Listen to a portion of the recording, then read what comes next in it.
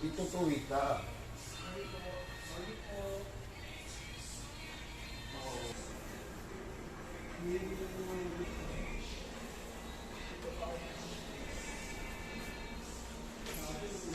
Marian.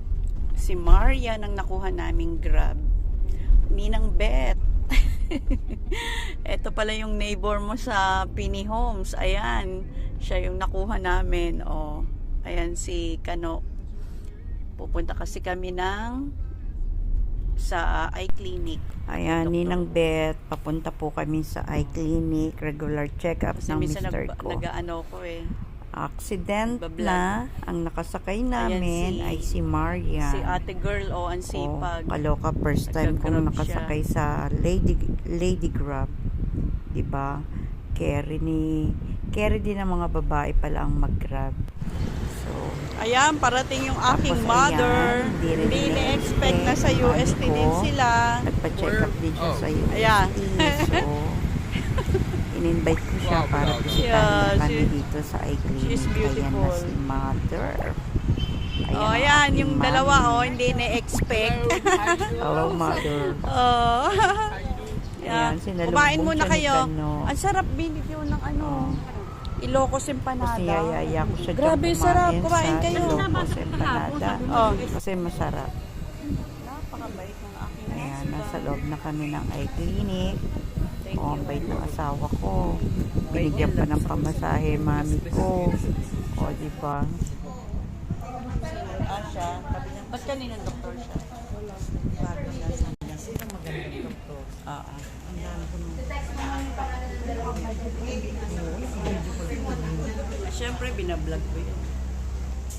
Anong binablog? Sino magandang doktor? Kasi sabi ng manugang, pa-check up siya dito, okay doon yung doktor. Si doktor. Pagka kailangan nyo po ng mga doktor sa mata, punta po kayo dito sa UST, hanapin nyo si Dr. Oy. Roberto Oy. Roberto Oy, diba? Oo. Kasi dalawa lang daw talaga siya specialist. Kaya... At pagkatapos namin dyan sa eye clinic, schedule naman na ipag-shopping si Ate Ponpon. Apo Consipot. Sobrang swerte. Ayan na. Diba? Kahapon namili na yan. You ask to Lolo. Okay. Yayain mo kasi dyan.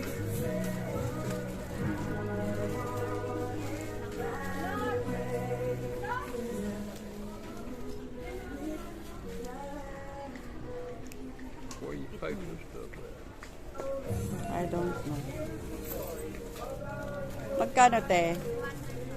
Okay. 200. O yan, bumili ka. Ang gusto mo. Ang bait ng lolo namin, no?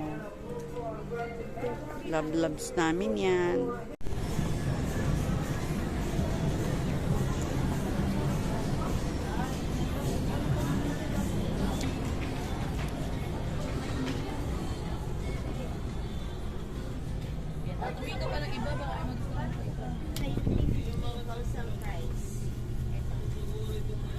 $380 daw yung pants.